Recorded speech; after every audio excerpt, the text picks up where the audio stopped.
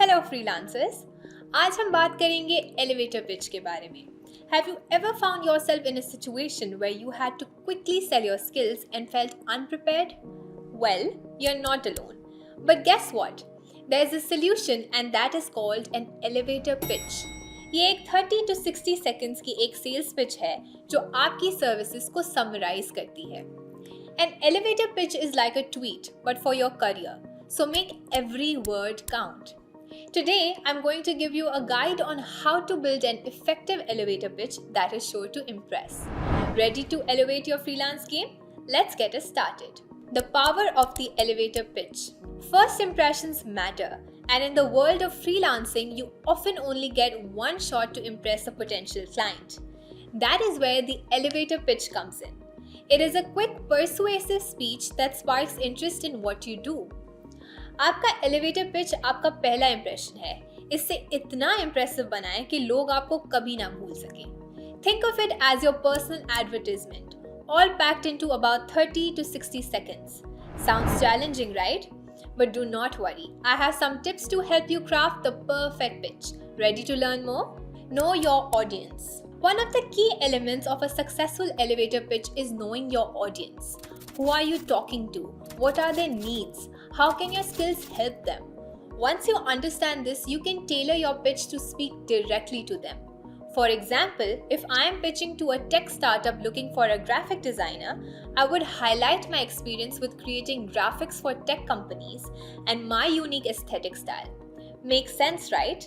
Remember, your elevator pitch is not one-size-fits-all formula.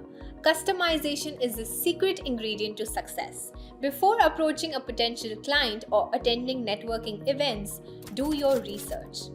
Understand their main points, challenges, and goals.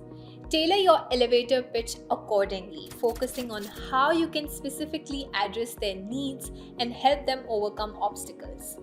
Clearly define what you do. Now, this may seem obvious, but you would be surprised how many people struggle with this. You need to clearly define what you do, and I mean crystal clear. No jargon, no buzzwords, just plain and simple language. For instance, instead of saying I'm a visual communication expert, I say I'm a graphic designer who helps businesses communicate their brand visually. See the difference? Here's my elevator pitch so you can have an idea of what yours could look like. I'm a graphic designer with a passion for turning complex ideas into simple, beautiful visuals. I've worked with over 50 clients, helping them communicate their brand story through design. I specialize in creating engaging logos and branding materials that not only look good but also resonate with the target audience. Looking for a design that speaks to your customers? Let's chat. Highlight your unique selling point. Here is where you need to get to shine. What makes you different from other freelancers in your field? Your unique selling point is your secret sauce. Don't be afraid to pour it on. Maybe you have a unique skill, or perhaps you have an interesting approach to your work. Whatever it is, make sure to highlight it in your pitch.